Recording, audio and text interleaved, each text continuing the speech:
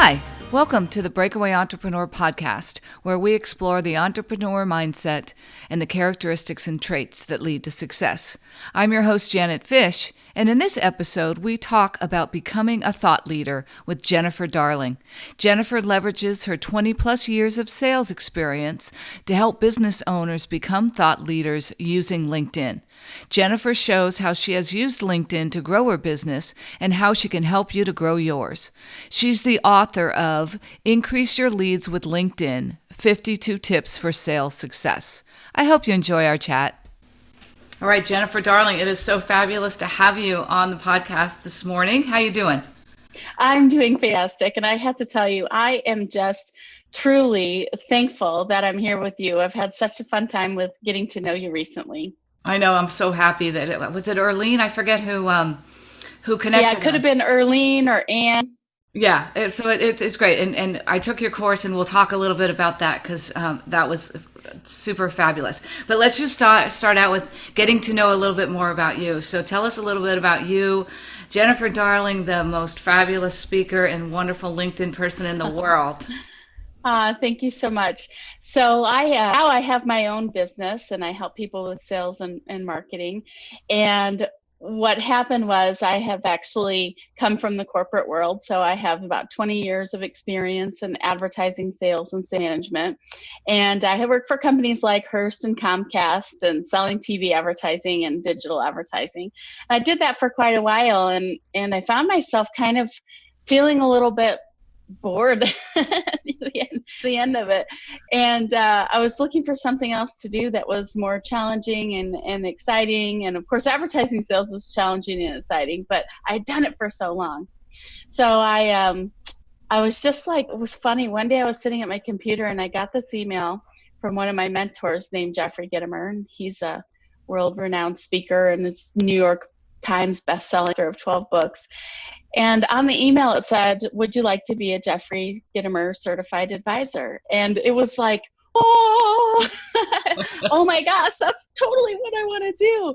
And so I signed up for that, and I went to become an advisor of him. And it wasn't much longer after that I left my corporate job and started my own business. And that kind of just went like, that was a crazy, imagine the biggest and most twisty and upside down roller coaster. That's what that was like the first couple of years, just trying to find my own way of what is it that I'm going to help people with, and who do I want to serve, and how do I want to be, and all of that. So it took a little bit of time to iron that out.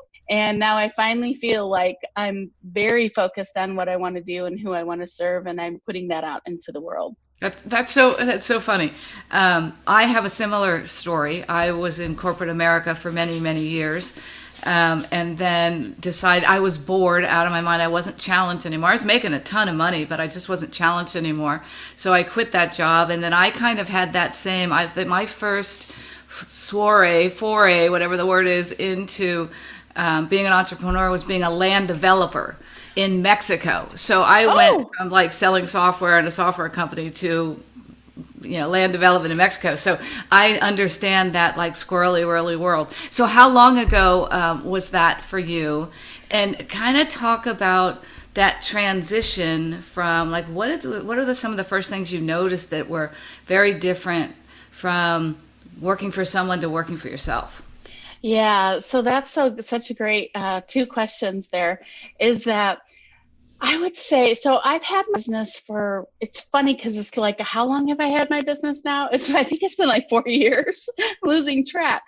But I started out as I wanted to be known as the world's positive attitude expert. That's what I really want. I wanted to get so far away from advertising, sales, and marketing and all that.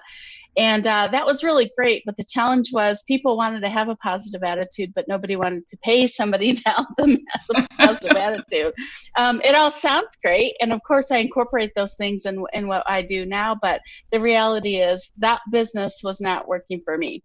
And so I really had to get clear on what it was that I had to offer. And so that took a little bit of time to do that. And the good thing is now I know, I don't want other people to have that same crazy swirly roller coaster, because now I think I know like the two parts to not having that happen.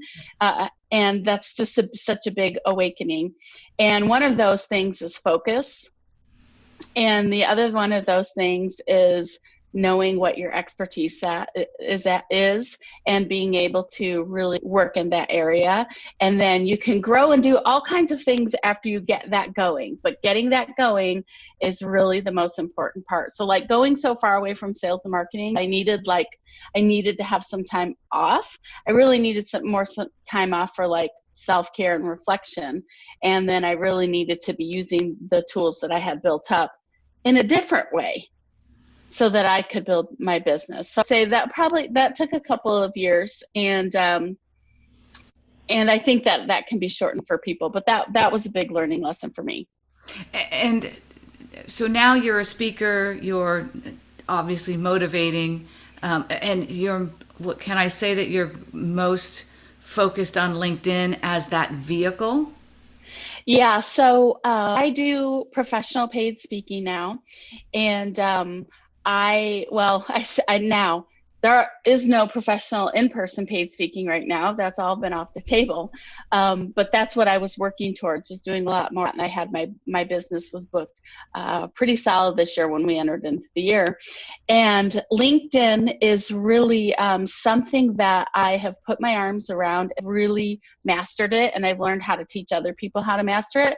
So I would call that's what people know me for, and that's my entry point into being different and teaching people something that a lot of people really struggle with. So I teach them how to use LinkedIn, and then we grow from there. So my outreach, my outbound marketing is LinkedIn, is speaking, is referrals, networking. It's those things that really altogether, LinkedIn kind of helps me have a foundation with all those pieces so that I can build top of mind awareness with the people that I meet when I'm networking or referrals that have come in or speaking.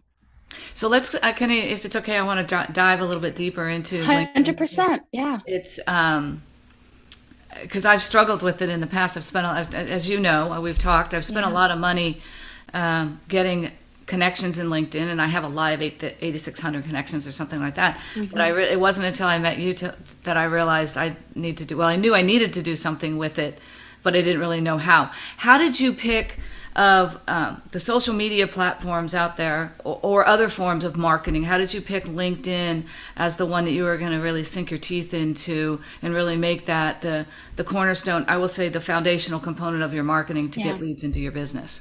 Yeah, it really is. And how I picked it was twofold. Fold one was that most of my customers are on LinkedIn because they are either corporations, or I work with consultants and coaches and speakers and business professionals who work with people who are in corporations. And what I have found is LinkedIn is the most concentrated business social media platform. Where like Facebook, I still use Facebook, but the thing about Facebook is it's like an everything. It's like throw everything into the kitchen sink, and that's what Facebook is. It has a bit of everything. And so it's not so concentrated on business. And really, if you look at Facebook, it's not meant for business. And even the Facebook rules of your personal profile is that you shouldn't be talking business. I mean, we all do. We get to find workarounds, but that's not the culture on LinkedIn. You should be talking about business, and you should be giving value in business. So that was really one part of it, was that I knew that my customers really were hanging out on LinkedIn, or if they weren't, they needed to be because their customers were active on LinkedIn. It's very difficult to find a CEO, Chief Executive Officer, Chief Marketing Officer, COO, or any of those kinds of people on another platform besides LinkedIn. And if they are, it's probably because their kids or somebody told them to get them. They're not really there to look to have a business conversation.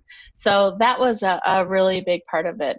And I thought that LinkedIn offers some things that other platforms don't do, like a publishing platform. They have a publisher built inside of LinkedIn, and we publish articles. They're searchable on Google, Yahoo, and Bing. And so I knew that was a way to really give value to people through providing content and sharing thought leadership for sales and marketing topics. And I love that. I have learned more about how to utilize LinkedIn, and I don't know how long have I known you, a couple of months, than I ever did before. And I'm sure I'm just scratching the surface of it. So let's just step back a little bit. I know that LinkedIn is a part of what you do, but speaking is also a huge part of what you do. Let's talk about how you found your way in speaking, how you overcame the fear, unless you had it. I don't know anybody who doesn't have fear of speaking, but talk a little bit about that journey. Oh, I totally had fear of speaking. In fact, when I got that email from Jeffrey Gitomer and it said, did I want to be a certified advisor? And I was so excited. I also knew that meant I would have to speak to groups. And while I had been speaking to clients and giving presentations and speaking at sales meetings, it was very different than thinking of myself being up in front of a group of people and having to speak to that group of people. So I'm scared to pieces. I was like, I have to do something about this, because if I really want this thing, then I need to not be scared to pieces. So I joined Toastmasters, and I remember giving my first Toastmaster speech, and I had practiced it in my backyard, giving it to my dogs for 10 hours on a 5-minute speech. 10 hours in my backyard out loud. My neighbors probably thought I was nuts. And I went and delivered the speech, and I thought I was going to throw up. I was shaking. My heart was going to pump out of my chest, all that stuff. And I made it through that 5 minutes. And they gave me such wonderful feedback that I was like, okay, I could do that again. And so really it was like 5 minutes at a time, 2 minutes at a time, 5 minutes at a time, every other week doing another speech. And it became where finally I knew, being in the Toastmasters program, that I had given 100 speeches, because that was like the goal to get to this certain level. And so I'm like, okay, I've given 100 speeches. And then I just started giving speeches for a small fee. And it was like $50 or $100 or $150 or whatever, anything I could get, a gas card, a gift card to a restaurant, like whatever, right? Everything I could get. And then I had more speeches under my belt, and I tracked all of my speeches on a spreadsheet. So at the end of, I think after I had graduated from Toastmasters, and then like at the end of my first or second year, I had delivered 65 in-person speeches and 100 virtual speeches in 1 year. I was exhausted, but I had done a lot of speeches. And then I also had joined the National Speakers Association, and they have a program called the Speakers Academy, and it's really for building your business around speaking. So Toastmasters was for building your skills around speaking, and Speakers Association or Speakers Academy was for the business piece. So I had a 9-month training program with professional speakers, and I really got into that, and that helped with the business side of it. And it took a couple of years, and I was really hyper focused on it, so probably was at a much faster speed than many of the people who are paid speakers. Right. Yeah. Okay, so in that you've used to work for a company, now you're building your own business. It's you. I'm assuming at that point it's just you. Yeah. Now you're an entrepreneur and you're building your business. Talk a little bit about that journey and the challenges. I was going to say struggles, but challenges is a much better word, because not everybody struggles, but challenges, we all have them. So talk about kind of that journey, and if there were people or things that supported you in that, I'd love to hear about that too. Yeah, well, what's interesting is I came out of the gate swinging, and I actually had quite a few clients right from the get-go. And so, but I had some like in advertising, helping support them in advertising. So I was feeling really good coming out of the gate. But the challenge with that was that didn't last for long. It's like I had this rush of energy and I was doing great. And then about 9 months into it, the big client that I had left my corporate job which was a big part of my income, that relationship ended. And so then I was like, oh my God, what am I going to do? And I got approached to go and work for another corporation. And so I did. And it wasn't going to work anymore. I knew at that point, like, that job was not going to happen for me anymore. And so that was 6 months. And then I left that job, and then I was like, oh crap. I have to make this happen. So I really got into it and thought, what can I do to make this happen? And I hired I did hire some business coaches, and they were phenomenal. They have great programs. And I think that it may have been a little bit early for me to hire business coaches. I was hiring them. Probably I should have hired somebody that was working with newbies than somebody who was working with more advanced people. So that was kind of maybe a little bit of a learning, but they were great people and great support. I would say, looking back, if there was one thing that I might change that would have supported me, is that I would have found a virtual assistant right off the bat, and somebody who wanted to grow with me in my business. That would have made a big difference, because I've spent a lot of money. I've invested a lot of money in coaching, and that's been super duper helpful. And had I had a parallel with the other side, which is the support team, that would have I mean, I'm doing really well, so it's not, I don't want to say like, oh, that would have, made a huge change, but it's one that I could see for people is hiring a virtual assistant, somebody who wants to grow with your business, somebody who doesn't want to be you or do your business. So for me, it's somebody who doesn't want to be a LinkedIn master, right? But who wants to support others is really important, because then that frees me up to have the time to be able to develop more and more and more creations. And then they're there to support me in trying to figure out which box do we check in Eventbrite when we launch another campaign and we want to get people's addresses because we need to ship them the book that they're purchasing, right? Like, I could spend hours doing that, but that's not really a good use of my time. Right. And I think people wait too long to do that, because in their mind they think, I'm not making enough money to do that. Yeah. So two integral pieces happen, because I don't want to downplay the coach either. So what I see is, like, I'm this business person, and I need a coach to help look at my business from their lens and see the potential and guide me towards that vision and potential. So the coach is super important. It's just picking the right kind of coach for you. Right. And then the other side of it is the support team to help you, so you're not spending your time on that stuff. You can get a great virtual assistant for $20 or $30 an hour. And at first people are like, oh my gosh, that's so much. But if you can charge $150 an hour for what you're doing, then you weigh that and you see that really investment is really important to help you get to the 150. So both sides, those two people, are very important. Yeah, I tell my clients, go out and, so I have this exercise that I give them, and I say, write down on a piece of paper all the things that you do during your day, of your, course of your day, your week, your month, and that's both personal things and business things. And then make 2 columns, and at the top say things I like to do and things I'm good at. And all the things you like to do and all the things you're good at, you check. And the things that don't have any check marks are the things that you hire first. And typically those are those things that easily you can find a virtual assistant to hire. And then I'll say, and I usually use the example of $50 an hour, which is a very conservative number, because you can easily find people much less than that.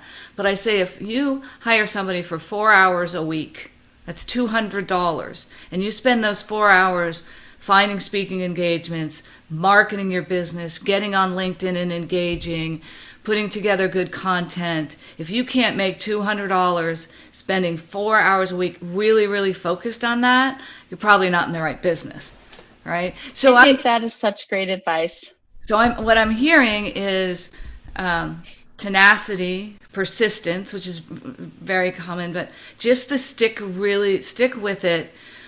And it's clear to me that you had a plan. And I'm absolutely sure that whatever plan you started out with wasn't the plan that you followed through, because no one has a plan that works like that.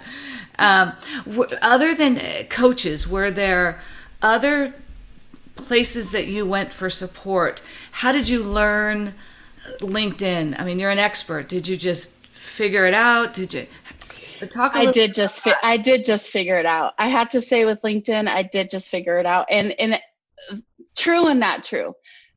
So with LinkedIn, there's the technical piece of LinkedIn, and then there's the branding and positioning piece of LinkedIn. I didn't just figure that out. I had 20 years of advertising experience. And that is what truly makes the work I'm doing in LinkedIn so different than what other people teach, because I didn't just figure that out. I had 20 years of experience that I'm applying towards teaching people how to use LinkedIn to promote and market business and to grow their network and build top of mind awareness. The technical side of LinkedIn, I did just figure out. I never attended a LinkedIn course, but in my Speakers Academy that I talked about earlier, we had a speaker come in who taught us a half-day class on LinkedIn. And what I learned was that I was already really far ahead of everybody else on LinkedIn just based on what I was doing. But he taught me the technical pieces of how to measure what I was doing, and then that took it to another level. And so it happened with experience. There's a thing like what you said was, I know you had a plan. Well, my plan was never to teach people how to do LinkedIn. My plan was never to be a master at LinkedIn. That was not my plan. That showed up on my door as a matter of, it truly was kind of like a gift. It was like, here you go. And I couldn't ask for a better gift. The problem was I was fighting against it for a year. I was like, this isn't what I do. I do bigger things and blah, blah, blah. And I was going against the grain. And then this woman named Laura Gisborne had a summit in Orange County. I flew down for it. And out of a whole weekend, the one thing that stuck with me, like just hit me in the head, was if you're working so hard on going against the grain, you're not in the right spot. And if there are things that are coming to you that are going with the grain and easy for you, which for me was LinkedIn, then you need to focus on that. And so that was a huge awakening for me, was like, well, I'm fighting so hard to like make these other things happen when this thing has happened so naturally. So I would give that advice for other people. It's like, look at what's happening easily for you and see how can you move toward that. And that's such a fabulous message. I experienced that a little bit myself. I haven't always been a coach. Let me say, I have always been a coach since 2005 when I started my business. But it wasn't the main thing that I did. I did it kind of on the side because I was working with another organization, and I was a real estate person. I did fix and flip real estate. I did international land development. I did a bunch of things, but that wasn't my main focus. And just like you said, it came very easily to me, and I got a lot of pleasure from it. But I can't tell you how many times I almost quit. And every time, or I did quit, and every time I quit, I'd get all these clients. I had a mentor, a very, very dear friend of mine who unfortunately passed away, but he coached me when I first started coaching. He taught me how to coach. He said, Janet, the day that you embrace it, that's your gift, is the day that you'll realize that's what you're put on this earth to be, right? And wow. And that's for you. Okay. It's to help people, and my vehicle is through coaching. Yours is through LinkedIn and the other things that you do. But I just love that, because I think people they fight to follow a path that they think they should, when what their real path is right in front of them. Which takes me to talk a little bit about opening up to the universe and letting the universe bring, and I don't want to get super woo-woo, although I am pretty woo-woo, but opening up to the universe, and also the kind of the role of intuition, or just listening to others and the silence and the universe, or whatever it is for you. Talk about, obviously that had an impact on you. Talk a little bit more about that. Yeah, it certainly did. And I think when I talk about fighting against the grain, it's as if the hints are coming at you and you're just ignoring them. Until they hit you across the head with a 2x4. Exactly. I used to someone gives you a big check to do something, you're like, I don't really want to do that. Okay, maybe I will. Yeah, exactly. I say, you've been, God's been throwing pebbles at you, pebbles, pebbles, pebbles, and you've just been ignoring them. So he throws a giant old boulder and knocks you off your feet, and then you are going to listen. So it's kind of like that. It's just so interesting. So I have to say, when I got really focused, and I mean really focused, I don't mean just thinking about it, but like, what all can I do to hyper focus on this one thing? Things started to really take shape. Now, I also had to look for, what is it that I need? What are skills that I need to help me with this? So, for example, I was great at consulting and advising people. Give me your problem, I will help you unpack it, and I will tell you what to do and send you on your merry way. That was how I was doing everything, how I rolled. But when somebody came to me and I knew they had like mindset block or an issue or a fear or something they couldn't get past, I was very uncomfortable with that. I'm like, what in the world am I going to do with this? Who can I refer them to? And I called it emotions. I'm like, they have these big emotions. And it wasn't emotions. I had the wrong term for it.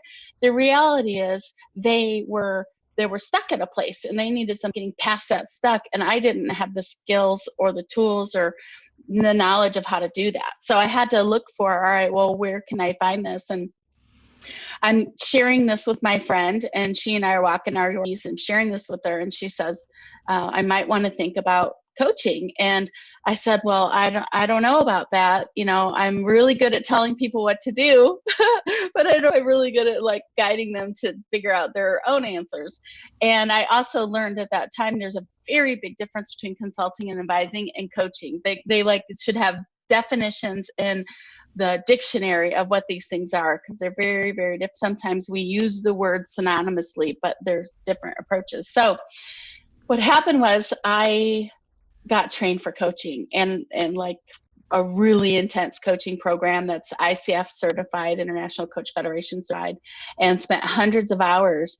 And my business has really changed too, because I am able to see when somebody needs my advice and consulting, and when somebody needs coaching and really needs to get through that stuck part. So that's been a really big thing for me. And honestly, been like in the last 7 months. So when you ask about like how the universe opens up and kind of guides you towards the right direction, had I not moved to that temporary house that my husband and I were in, I wouldn't have seen my friend Tina. We wouldn't have been walking the Yorkies. We wouldn't have been having the conversation about joining the ACE coaching academy. And I wouldn't have done that. And that wouldn't have allowed me to be fulfilling this area in my business that I really needed to figure out so that I could do a better job of supporting my clients. And when you open your eyes, those signs are everywhere. Yeah. They're everywhere. Like right now. So LinkedIn is like my thing. And, but my real thing, the thing behind the thing, is helping people to move into roles of change makers and thought leaders. That's my real thing. Like, that's what makes my heart sing. I'll teach you all day about LinkedIn. I love it. It's so much fun. And where I want to take you is on a journey to help you make a big wave in the world with whatever that message is that you have. And that's really to be a thought leader. So LinkedIn is your way of feeding your funnel to find the right people. Yeah, you certainly could say. Yeah, you certainly could say that. Yeah. Now, LinkedIn was my thing. Like LinkedIn, I was charging for my course. LinkedIn, that was my thing. That was my paid program that I had for people. But I changed that up in a big, drastic way recently. Good for you. So it sounds from listening to you that it's always been happy, happy, joy, joy. I set my mind to it. I figure out what I want to do. I bob and weave with the punches because things come. Chances are it hasn't always been that, and there have been some times of challenge. So you don't have to go deep into what those were, But I always like to explore how successful people face challenges and then work through challenges. Because the last thing I want anyone who listens to this podcast at all is to think that being a successful entrepreneur is easy and it just comes to you, and if you're struggling, that's your problem, because we as successful entrepreneurs don't have that. That's not the truth at all. So I like to always spend some time talking about how successful people work through the challenges that they have encountered through the time. I think that's a great question. When you were asking me, I was getting chills as you were asking me the question. Yeah, really. So I told you that I went back to work at a corporate job for 6 months, and then it wasn't working out. So we both agreed that I had to leave. And so that was in December of 2018. Now that was not very long ago, right? So in May of 2019, 5 months later, my husband pulled in the driveway and informed me that he had been laid off from his job. So now not only did I quit my job and I had no income from that, I mean, I had a little bit of income, but it certainly wasn't enough. He came in right after me 5 months later, and he had lost his job. And it was a time where nobody was hiring for that position that he was in. There were no jobs for him. And so we really struggled, and we struggled for a long time. I mean, we lost our house. We had been in our house for 17 years. Thank God we sold the house. We didn't have to foreclose on it, but even that was a struggle, finding a buyer for our house, because we had this property that was completely in a neighborhood that was very different than the property. So it was very difficult to find the right buyer. We did, but it took us months. I mean, we were hanging on by a thread there at the end. And then what happened is, so we sold the house, we moved into a temporary house, which was a rental house in a really old neighborhood, and lots of old people, but it was backed up behind the busiest street in Sacramento, and there were a lot of drug dealers and a lot of things going down. The neighborhood was quite cute, but it was really close to this other thing going on. And we had people stealing my mom had made, we were contributing to a nonprofit organization for young women, and my mom had hand crocheted 27 scarves, and then she had handmade 2 quilts for my husband and I based off of t-shirts that we sent her from all these places we had traveled to. Somebody stole that off of our lawn right before Christmas. Our cars were broken into. My husband had a truck and a boat that was stolen. The boat was torched. It was going down. I mean, it was going down. It was bad. I spent a month in bed in January of 2019, a year ago. I spent a month in bed. I got done. I gave up. I'm check me out of here. I'm done. I wasn't going to do anything to myself because I couldn't. I just didn't believe that. But I was I'm done. If I get in a car accident tomorrow and I go, I'm cool. I'm out of here. And I had made a commitment to a group of friends who were in Canada, and I'd made a commitment that I would come up and do a master with them. They were 6 very powerful speakers, and I really felt very privileged to have the invitation to go hang out with them, and so I couldn't let them down. So I went up to Canada, and I spent 4 days with them in a mastermind, and I left feeling very inspired by them. And I went back, and then we had some other stuff go down. And meanwhile, my brother, who's 42, had a heart attack, so I had to fly home, emergency flight for that. All this stuff was happening. Lost my house, all these things. And I came back from Canada, and I was just re-energized. And then the conversation happened about getting the coach training and all that stuff. So things started to look up. And then my husband got a job, and he was living 2 hours away from me, so for the whole week. So I was taking care of my dogs, which I have a lot of dogs, and it was a lot of pressure. I mean, it was so easy just to give up. I was on LinkedIn teaching people LinkedIn, and the other half of the time I was on LinkedIn looking for a job, because it would have been way, way, way easier to go get a job than to do what I was doing 1,000 times. And so I was always looking for jobs. I was interviewing for jobs, right? But I would go interview, I'd give my best interview, and I'd walk away and go, ugh. Like, I don't want to do that, right? It's there if I want it because they love me, but I don't want to do that. So I just kept going and going and going. And finally, my husband got a job where we never in a million years would have thought we would have moved. And I had one requirement, and that is all my entire life, I wanted to have a swimming pool. So I required that whatever we bought, I need a swimming pool. I don't care about the size of the house or whatever. So I went through hundreds of pictures of houses in this new place we're moving. And I found this one, I found several houses he looked at, but then I found the house that we're in right now. It's half the size of the house that I sold. And I'm so thankful for it.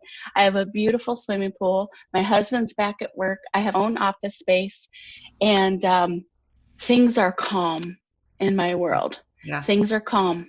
And so now I'm going from, I really had a lot of scarcity in my life for years, for my whole life. Actually, I just say for whole life, because I could back up and give you more challenging stories starting out, right? This is the first time where I have just felt like at ease, graceful, and just like I'm on top of the world. And it's crazy because we have this crazy stuff going on in our world right now. And yet I'm feeling really good and I give a lot away to help other people feel good and support them too. So my life is not without challenges. In fact, there's so many challenges. My close friends say to me, I don't know even how you got to this part, right? So what a great story.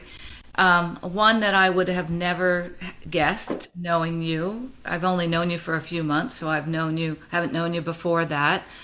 And a very strong testimony to what we talk about as entrepreneurs. It's the persistence. It's not like we don't want to stay in bed sometimes. Like the whole coronavirus thing, we're, 2.5 months into it.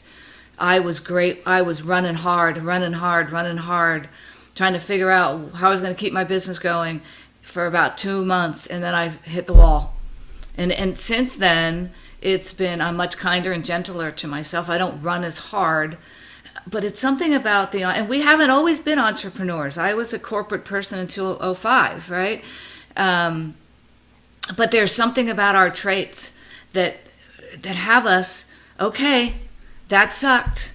Now let's just get up again and let's do what we need to do. And the word that comes to me and has come to me since the first time I saw you, which was actually on Jake Valentine's, he did a thing you were on, and I had already knew about you, but I saw that. I'm like, I've got to listen to it, is powerful.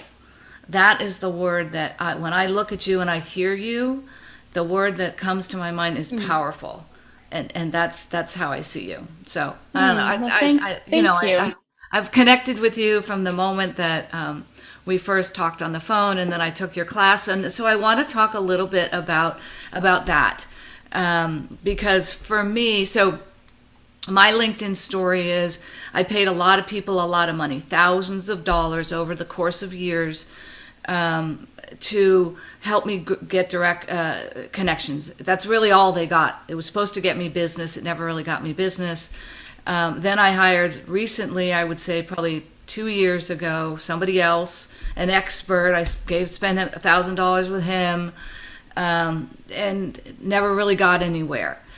What I love so I took the course that you're going to talk about, and I already had 8,600 connections, so I don't spend a whole lot of time getting connections. But what I do is, and the book, it's over there. I was going to have it right here so I could pick it up because I'm sure the 52 secret tips for LinkedIn. But you weave those through. Now I spend pretty much every day 15, 30 minutes on LinkedIn doing the things that you've kind of taught me to do to make connections.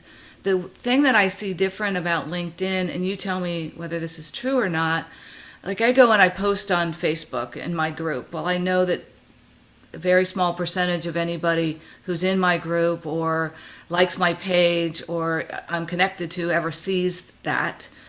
In LinkedIn, I feel as if it's all business owners.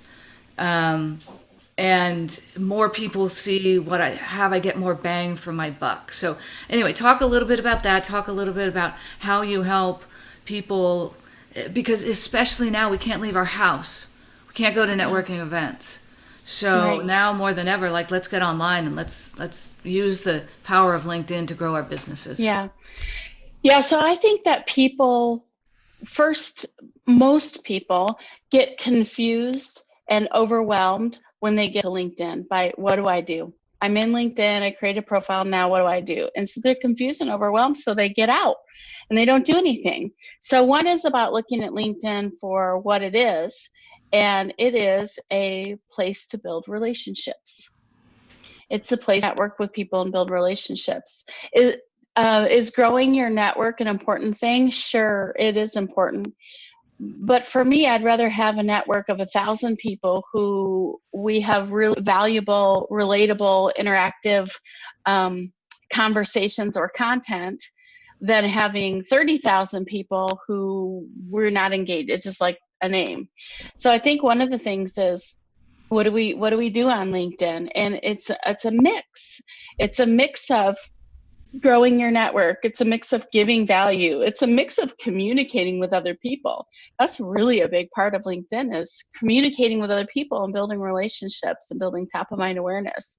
A lot of people have profiles that look like resumes, or they talk all about them.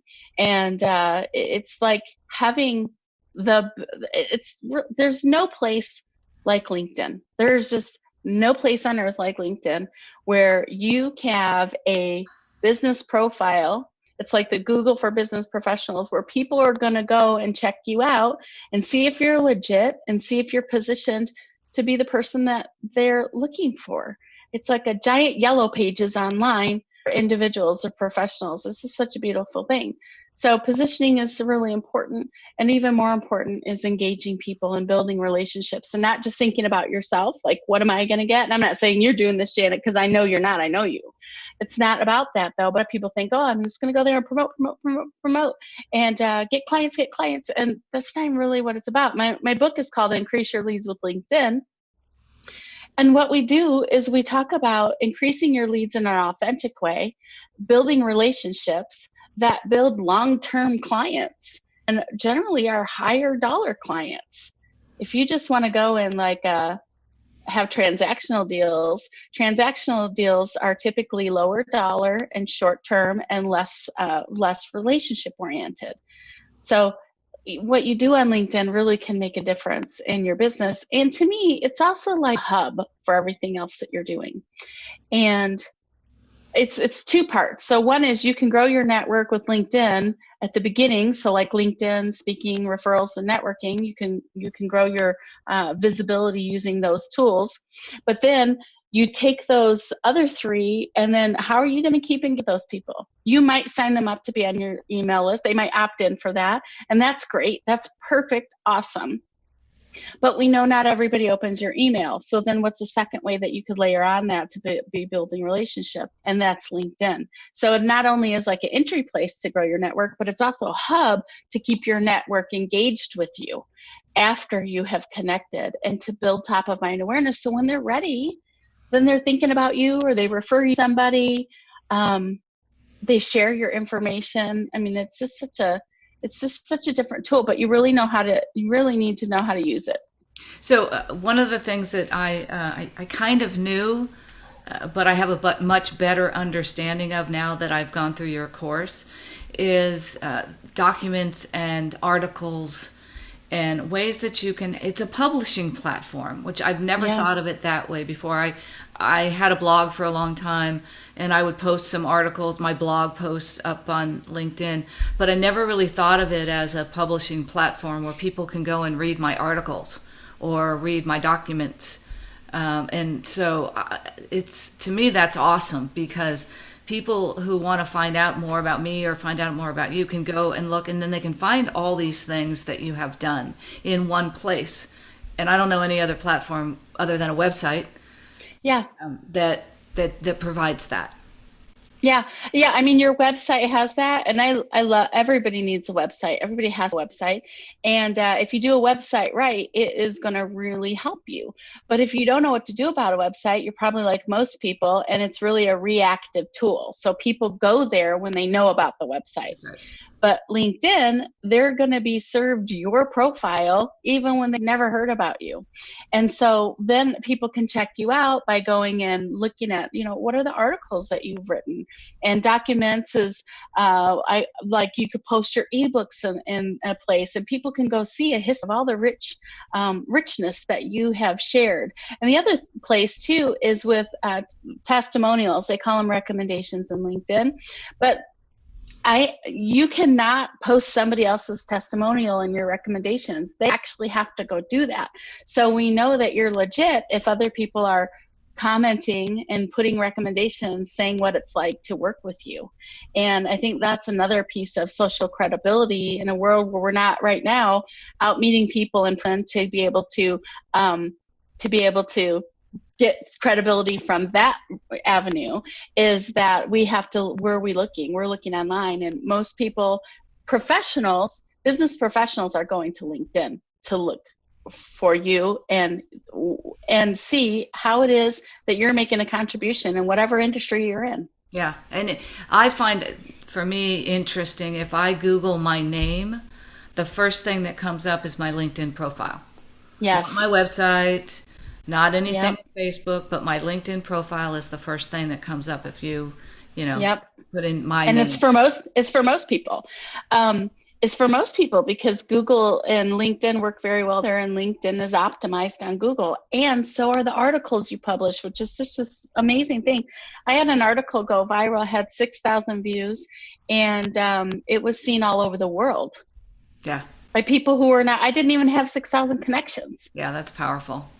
All right. Well, I know that we've got a few minutes because I know you have a hard stop. Talk about how people can learn more about the course, and I'll put the links in the show notes. Yeah. But talk a little bit about the course that's coming up, why they would, well, I can tell you right now, you absolutely want to take this course. Talk about give. And I'll tell you, thank God for the replays, because it is a fire hose. And I know a little bit about LinkedIn. I went into it knowing a bit. It is a fire hose, but oh my God, the wealth of information that you give. So talk a little bit about that.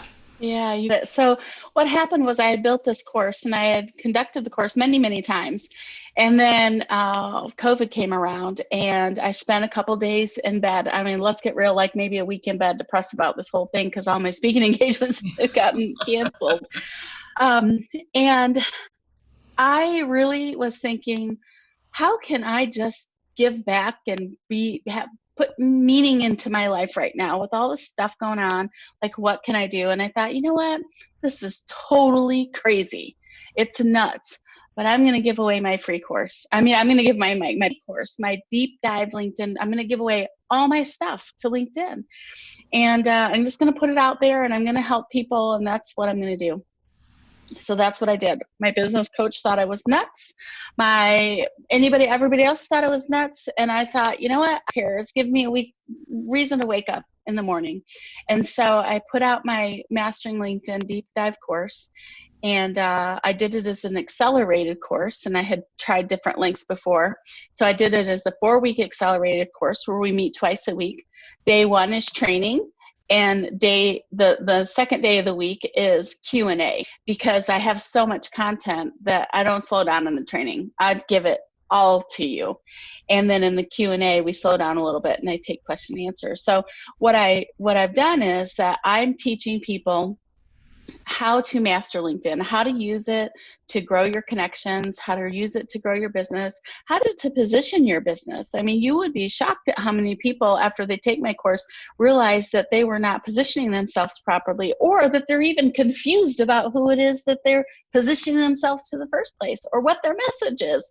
So I decided after I did that first course, I had so much fun that I did it again. And I'm halfway through the next course right now. I did it again for free.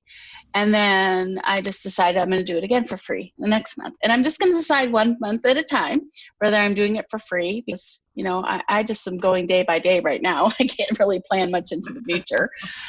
So I'm going to keep doing it for free as long as it's the right thing to do, and I'm not booked and out on, back on circuit on speaking engagements. And I don't know, this actually may even change my whole business model too. I may want to do less speaking engagements and stay at home in front of my computer and give more. And so you learn soup to nuts, how to build your profile, how to write it, how to position yourself, the technical pieces of LinkedIn. You learn how to create a blog, how to write a blog, all the different ways that you can create content and share content, how you can connect with people and get people's attention, how you can grow your network and build relationships. You learn everything that I know about LinkedIn that so many people don't know to help you with your business. And it's free. Yeah, it's amazing. It's not just a course, it's you, right? I mean, I have an online course. You can go buy my online course. I can give you that online course for free if I decide to do that. But that's an automated thing. Your course is you, right? It's live. My course is me. It's live. And then you have a group that people answer questions in, and then you do the Q&A once a week. I mean, it's a labor intensive. You and your brilliance. I had to hire 2 virtual assistants to help me manage the group. Or not manage the group, but manage the whole program, right? Yeah. So I hired 2 virtual. At first, I did it all on my own, and it's all I was doing. Like, that was all I was doing. The second month, I decided I need some help, so I hired a team to help me give away this free course. Yeah. Like, that sounds crazy, right? And yet you, I've signed up for the ongoing membership. There's a couple of different, and I do make offers throughout the course. Yeah. So I offer to professionally design people's banner and help them create their positioning statement. Yeah. And yours is one of my favorites. Moved up to one of my top 5 favorites. I love yours. You guys did a fabulous job on that. It's gorgeous. Yeah, so I make offers throughout the course, and I had my best month ever. Giving something for free. Yeah, and I think that it's interesting what I'm finding with a number of clients who are now having to readjust the way they provide or market. They're changing aspects of their business that will forever change for the better, right? Mm-hmm. You're not out on speaking engagements, yet you had one of the best months you've had. Like, what does that tell you? What do you keep? So I'm seeing that in a lot of my clients, and I'm trying to figure that out honestly for myself, is how I reposition and change my business, because we're going to forever be changed. And if we don't find silver linings in all of this, shame on us. Well, and one of the things I had a lot of shame around, speaking of shame, is that I was in an organization that really promotes paid professional speaking, and that was where I was going. And any invitation to do free speaking, I was like, nope, not doing that anymore. I wasted a lot of time and money doing that, and that's because I didn't have anything to offer people afterward. I wasn't clear on that, so that's changed. I had shame, like, if I did something for free, then what value is that to people? And now I'm like, forget that business. I just want to give, and I'm going to attract the right people. Sure, are a lot of people going to take what I give them and go implement it themselves? Yes, great. Go right for it. If you can do that, do it. And if you want some more support, then I would love to be the person to help you get to the next place, or create your own program. I'm working with a client right now. We're creating her program. Yeah. It's so much fun. Actually, I'm working with 3 people. We're creating their programs. And it's all around the model of give a lot of value so that we can get big voices in the world. Yeah. Well, and that to me is all I'm doing right now. I'm just giving. I'm working with a ton of clients that are just trying to figure out how they survive today and how they pivot to thrive later. And I'm doing a lot of it, almost all of it, just because what else are you going to do right now, right? And one of my future things is to be like you. I would like to have a podcast, so I want to be like you, Janet. Well, I want to be like you, because you are like super strong and super awesome, and maybe I'll have some teeny weeny little inkling of as much success with my LinkedIn stuff that you have. So, all right, I know you've got to run. I love you dearly. I could spend another hour talking to you, so I'm going to reserve the right to have you back on. Awesome. And then when you start your podcast, should you do it, I certainly want to be a guest on it. I would love that. All right. And don't forget, I want the membership thing, so follow up with that. Okay, I will. All right. Thanks, darling. Have a great day.